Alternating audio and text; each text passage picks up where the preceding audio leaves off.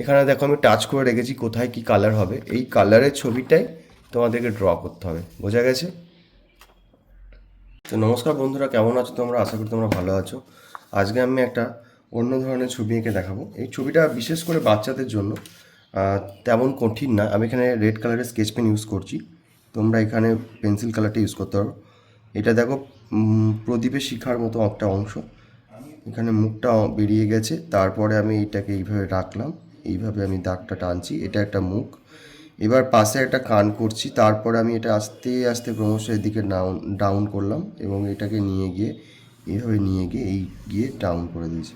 ফার্স্টে আগে পেটের কাছে দাগটা নিয়ে নিলাম, তারপরে আমি পায়ের দিকটা দেখাচ্ছি, 1 2 এইভাবে একটা গ্যাপ রাখছি এবং এটাকে জুড়ে দিলাম। এখানেও 1 2, এখানে একটা গ্যাপ রেখে করে নিচ্ছি, এখানে লেজটা করে নিচ্ছি, লেজের মাঝখানটা দাগ দিচ্ছি।